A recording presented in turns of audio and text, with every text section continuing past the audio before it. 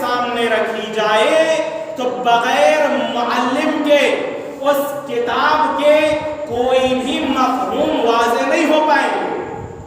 کتاب ہے، ہدایت ہے، فارمولے ہے، لیکن بتانے والا ضروری ہے۔ اس فارمولے کو کب اپنانا ہے، کب چھوڑنا ہے، کہاں اس سے فائدہ اٹھانا ہے، کہاں ترک کر دینا ہے، کہاں دلیل بنانا ہے، کہاں نہیں بنانا ہے، ایک معلم کی ضرورت ہوتی ہے۔ ایک معلم اگر نہ ہو تو وہ کتاب پھر ہدایت نہیں بن سکتی۔ تو یہی وجہ ہے جب سنت رسول کی بات آئی تو اسی قرآن کے حوالے سے نبی نے فرمایا یا علی انت مع القرآن والقرآن معک، اے علی قرآن آپ کے ساتھ ہے اور آپ قرآن کے ساتھ ہے۔ یہ مقارنت کیوں ہے؟ اس لیے کہ قرآن ہے ایک گونگی کتاب، اگر اسے بولنے والا بنانا ہے تو ایک زبان کی ضرورت ہوگی، اور جیسی عصمت قرآن میں ہے اس زبان میں بھی ویسی عصمت ہونی چاہیے، تاکہ جو قرآن بول رہا ہے یہ زبان اسے پیش کر سکے، اور وہ زبان امیر المومنین کی زبان ہے۔ صلوات محمد علیہ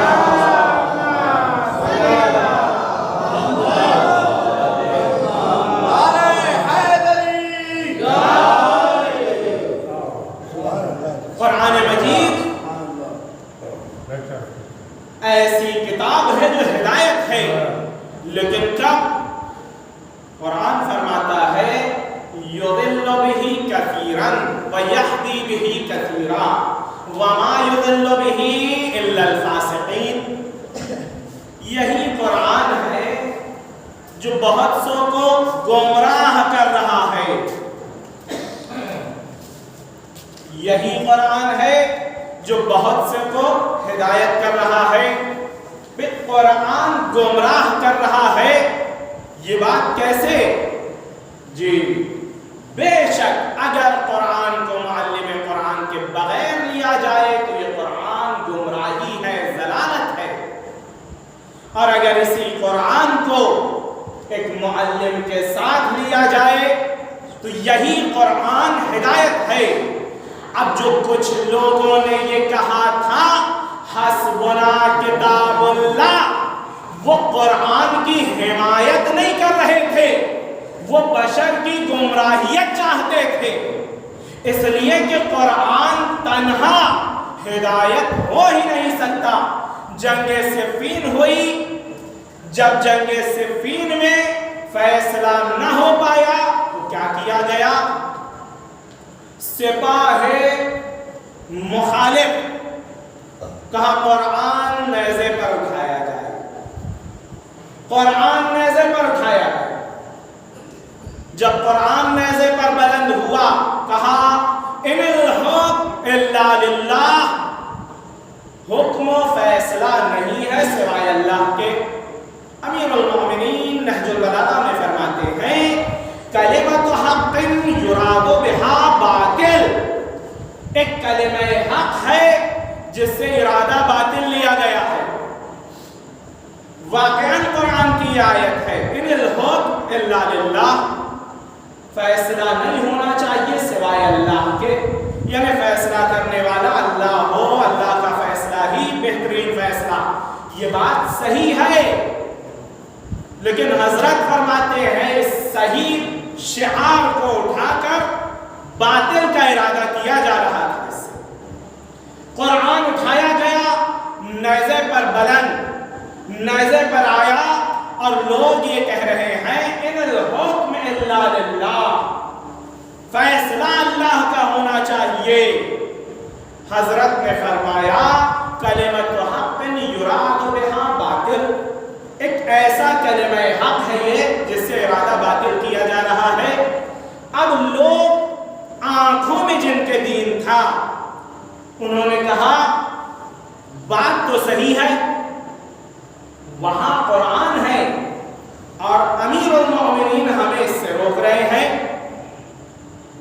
اختلاف یہاں سے شروع ہوا. کچھ لوگ ادھر چلے گئے, کہا بالکل صحیح, فیصلہ اللہ کا ہونا چاہیے, قرآن نیزے پر بلند ہے, یہ قرآن کو اٹھایا گیا ہے فیصلے کے لیے, اور امیر المومنین نہیں مان رہے ہیں, وہ صحیح یہ غلط, اعوذ باللہ من ذالک. وہاں جانے لگے, کچھ لوگ تلوار نکال کر آئے حضرت کے پاس, کہا آپ کو یہی ماننا ہے؟ حضرت نے فرمایا کیوں؟ کہا قرآن ادھر ہے اور ادھر آپ ایک انسان, ہم قرآن کی بات مانیں گے.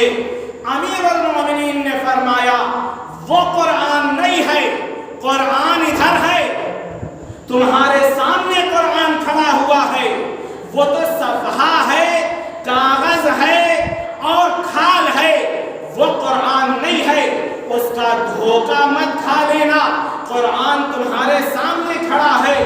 لیکن نہیں مانا. قیامت تک کے لیے امیر المومنین نے ایک نسخہ دے دیا, ایک مجرب عمل بتا دیا, صرف آیت پڑھنے سے ہدایت نہیں آنے والی, بلکہ یہ دیکھنا ہوگا کہ اس کی زبانی یہ آیت آ رہی ہے اور کون بتا رہا ہے. صلوات پر محمد جا رہے ہیں,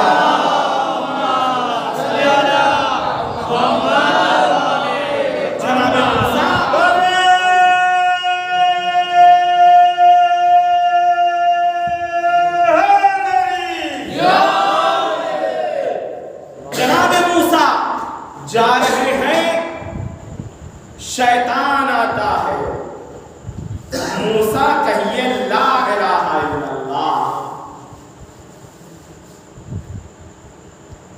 کہا کہوں گا لیکن تیرے کہنے کی وجہ سے نہیں کہوں گا. لا الہ الا اللہ میں کیا خرابی ہے؟ لا الہ الا اللہ کلمۃ التوحید, جو نہ کہے مسلمان نہ ہو پائے. جناب موسیٰ کو تو کہہ لینا چاہیے, یہ بھی کہنا چاہیے کتنا زبردست ہو گیا ہے یہ شیطان, کتنا اچھا ہو گیا ہے, لا الہ الا اللہ کہہ رہا ہے, اور مجھے بھی کہہ رہا ہے کہ کہو لا الہ الا اللہ.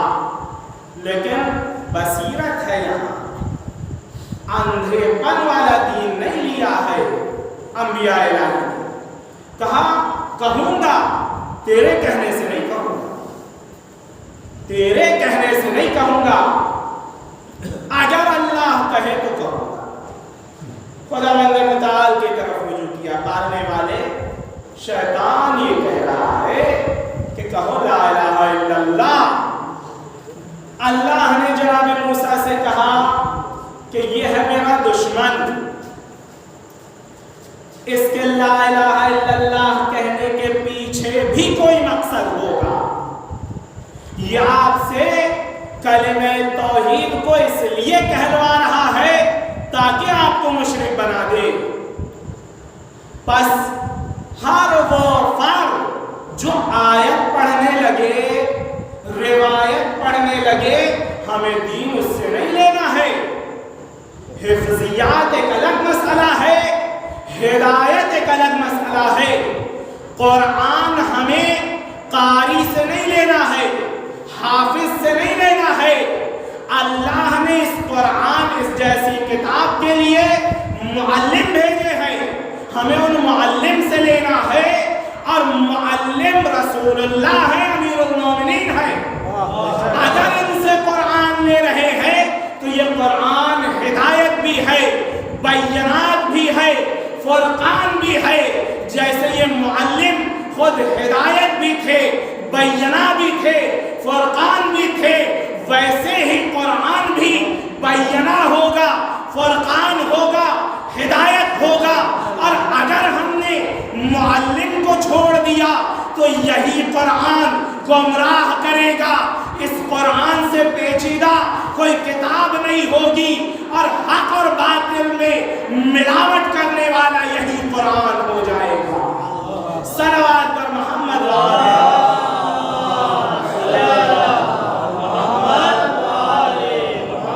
کس سے لینا ہے یہ دیکھیے. جناب بلال کا نام سنا ہے آپ نے, مؤذن رسول اللہ,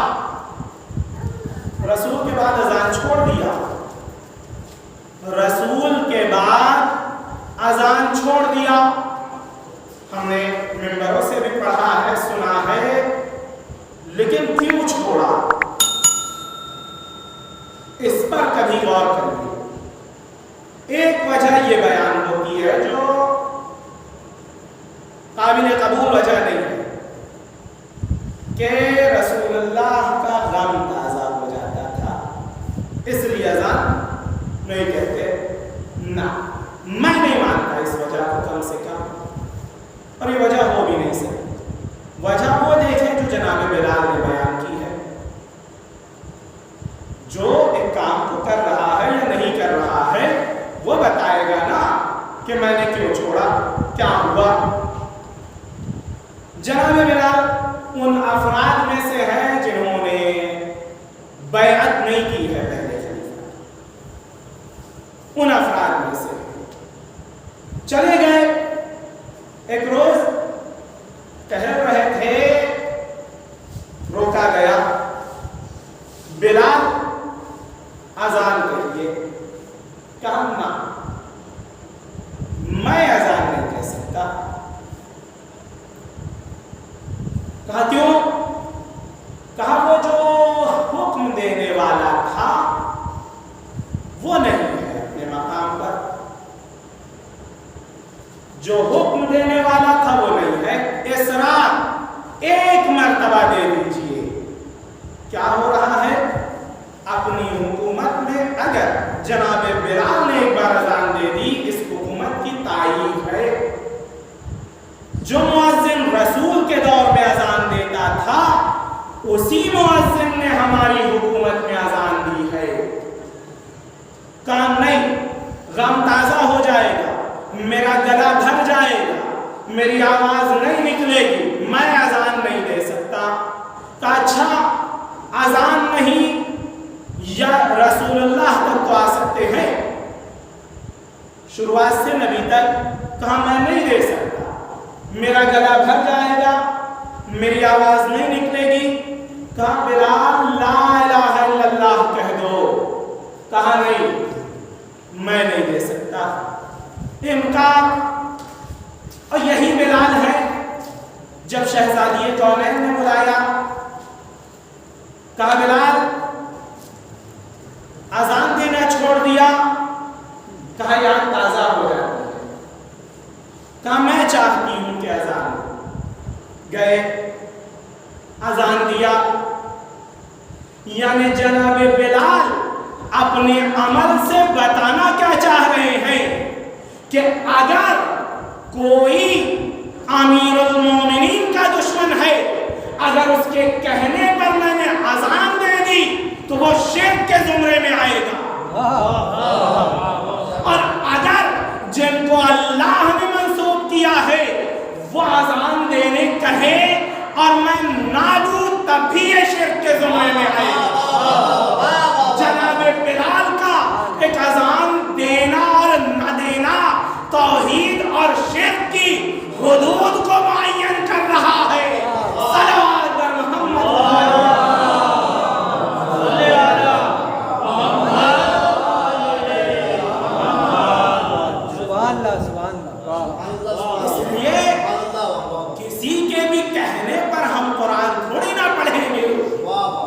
کسی کے بھی بولنے پر ہم قرآن کی تفسیر تھوڑی نہ کریں گے۔ اللہ بے صاحب کتاب کو نہیں بھیج رہا ہے۔ کیا کہا نبی سے؟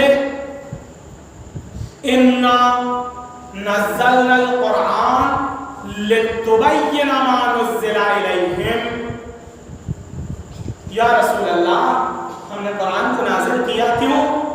تاکہ آپ بیان کریں قرآن، لوگ پڑھ کے سمجھ جائیں۔ یہ نہیں، آیت قرآن کی یہ کہہ رہی ہے ہم نے قرآن کو بھیجا تاکہ آپ بیان کریں اسے۔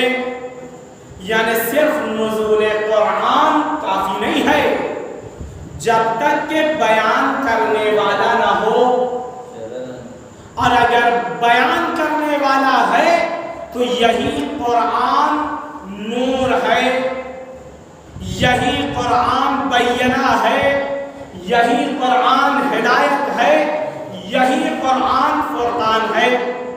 اور وہ بیان کرنے والا کون ہے بعد الرسول؟ امیر المومنین کی ذات ہے، جنہوں نے قرآن کو بیان کیا۔ جب اٹھایا گیا کیا کہا؟ انا القرآن، میں ہوں قرآن۔ یہ لوگ کاغذ کی طرف جا رہے ہیں، صفحے کی طرف جا رہے ہیں،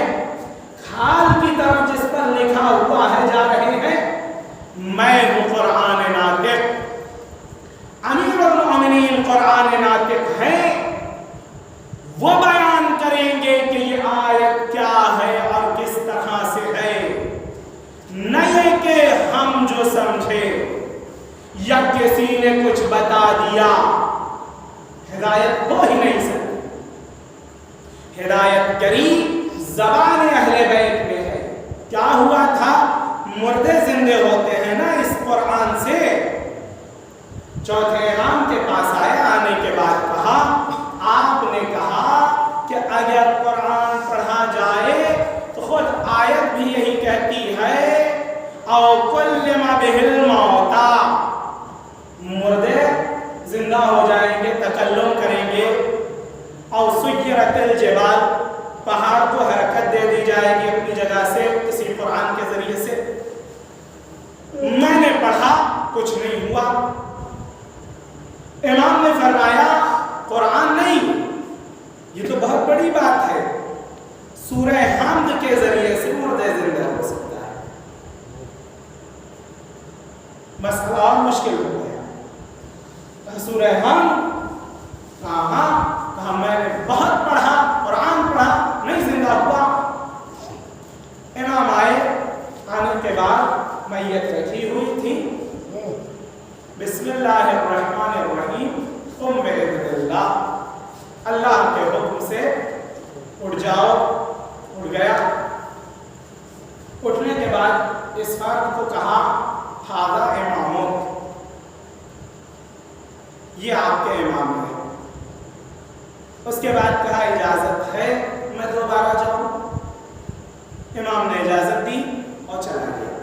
اس سے یہ بات واضح ہوتی ہے کہ یہ جو کہا گیا ہے من یمت یرنی یا حار، اے حارث ہمدانی، جو بھی مرتا ہے وہ مجھے دیکھتا ہے، امیر المومنین کو جو بھی مرتا ہے وہ مجھے دیکھتا ہے، یہ بات بالکل وجہ ہے، اور اجازت طلب کر رہا ہے کہ میں جاؤں، یعنی اگر حضور امام ہے تو پھر موت کے لیے بھی اذن اگر ہوگا تو معصوم کی طرف سے ہونا چاہیے، یعنی ملک الموت اپنے اختیار سے کچھ نہیں کریں گے جب تک کہ ایک امر نہ آئے، جیسا کہ قرآن میں آیا ہے۔ اور صاحبان امر کون ہے؟ اہل البیت علیہ السلام ہے، یعنی زندگی کا اختیار بھی ان کے ہاتھ میں ہے اور موت کا اختیار بھی ان کے ہاتھ میں ہے۔ صلوات پر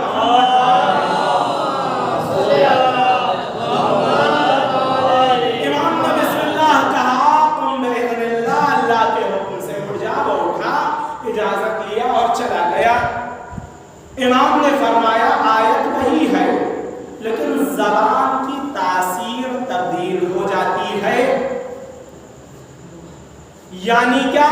یعنی قرآن ہدایت ہے لیکن زبان بھی ہدایت گر ہونی چاہیے۔ 50 آیت پڑھ لے، ایک پتا نہیں ہلنے والا جب تک کہ ہماری زبان میں بھی اثر نہ ہو۔ کیوں اہل بیت علیہ السلام کی زبان میں اثر تھا؟ کیونکہ وہ معلم قرآن تھے، ہدایت گری کا منصب اللہ نے انہیں دیا تھا، اس لیے بہت زحمت کی کبھی ضرورت نہیں پڑی ان کو کہ 4 گھنٹہ بحث ہو رہی ہو تب کسی کو سمجھ میں آیا ہو۔ چھٹے امام کے پاس آیا عبداللہ شاکری، آنے کے بعد کہا میں اللہ کو نہیں مانتا، دلیل دیجئے۔ امام نے فرمایا تیرا نام کیا ہے؟ اٹھ کے چلا گیا، اور کوئی گفتگو نہیں ہوئی ہے، اور کوئی گفتگو نہیں ہوئی۔ باہر سب نے پوچھا کہ بات تو کرنا تھا، میں کیا کرتا؟ نام اتنا غلط رکھا ہے گھر والوں نے، میں آیا ہوں اللہ کا انکار کرنے اور میرا نام رکھ دیا ہے عبداللہ۔ اسی بات کی طرف اشارہ کیا تھا امام نے کہ تیرا نام کیا ہے؟ جواب نہیں تھا۔ اگر نام کچھ اور ہوتا بحث ہوتی۔ یا ابو شاکر کیسانی، یہ لوگ آج کے ماڈل زمانے کے جو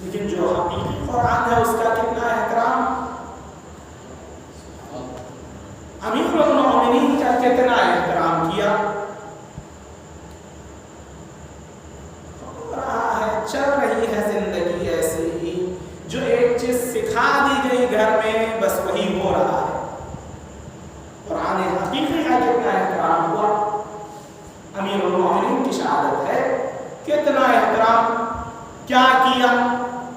ایک رسم و رسومات کے طور پر بس آ کر کوئی بات کر دیے، بڑی بڑی باتیں، بڑی بڑی باتیں. دنیاوی امور کو چھوڑا آپ نے، آج کے دن یا آج بھی وہی بحثیں ہوتی رہی، وہی گفتگو ہوتی رہی جو ہر روز ہوتی ہے. کیا احترام کیا ہے یہ امیر المومنین کا. روز قیامت امید بھی ہے ہم کو کہ ہم جنت میں جائیں گے، اور یہ بے احترامی بھی ہے. کیسے جمع ہو جائے گا کہ بے احترامی امیر المومنین کی ہو رہی ہے اور پھر بھی جنت میں. یہ بے احترامی نہیں ہے کہ انسان ایک جگہ بیٹھے ایک گفتگو شروع کرے، آج کی مناسبت کو دیکھتے ہوئے بھی مد نظر نہ ہو اور ادھر ادھر کی فالتو خرافات، ادھر ادھر کی باتیں کرے.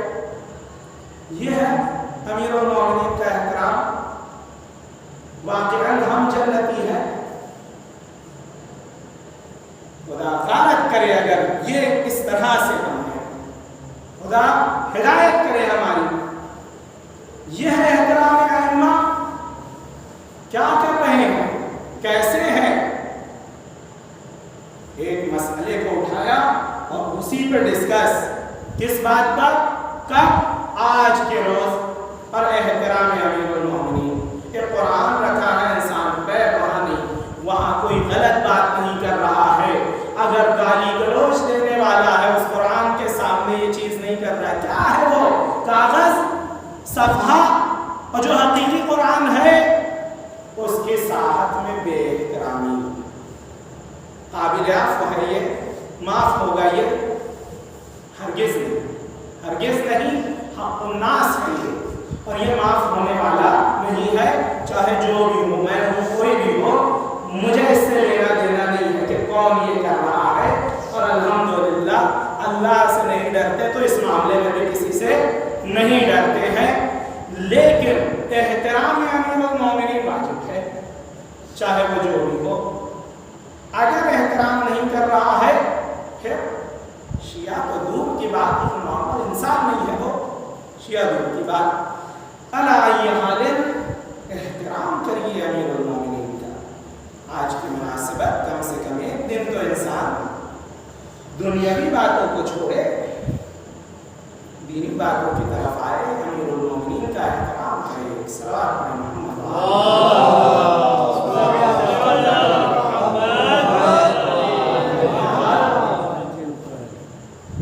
قرآن حقیقی امیر المومنین. لیکن تاریخ میں امیر المومنین روح لہ الفداء جو قرآن حقیقی ہے،